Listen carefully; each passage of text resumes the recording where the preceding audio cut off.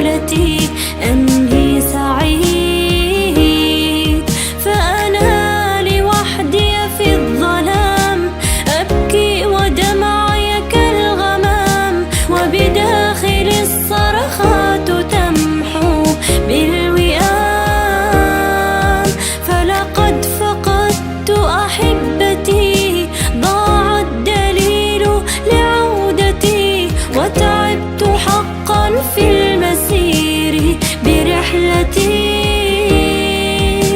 قد ضعت من كثر الكلام، ضاق الفؤاد من الملام، والحزن قيد بات يحرمني المنام.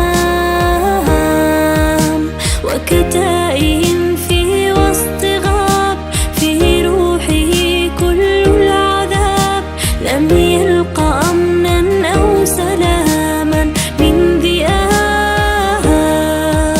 حتى بيوم جاءني نور إلي وزارني، وأضاء في قلبي هدى وأنارني، وأعاد في قلبي الشعور، وأزال ظلمات تدور بكلامه حال انكساري للسرور.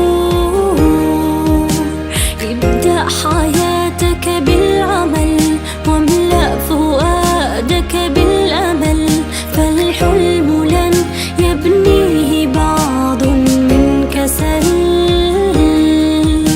مهما تعاني من صعاب أو ذقت أصناف العذاب، سر في الدروب فليس يخدعك السراب. فأزلت آثار الكسل عني، وجاهدت العمل حتى أحقق ما أريد وكي أصل.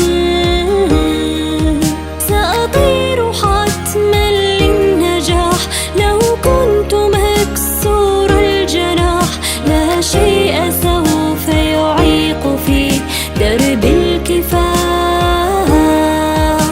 وهنا انجلى عني الظلام، وجال في قلبي السلام، وتفتحت آفاق روحي بانسجام.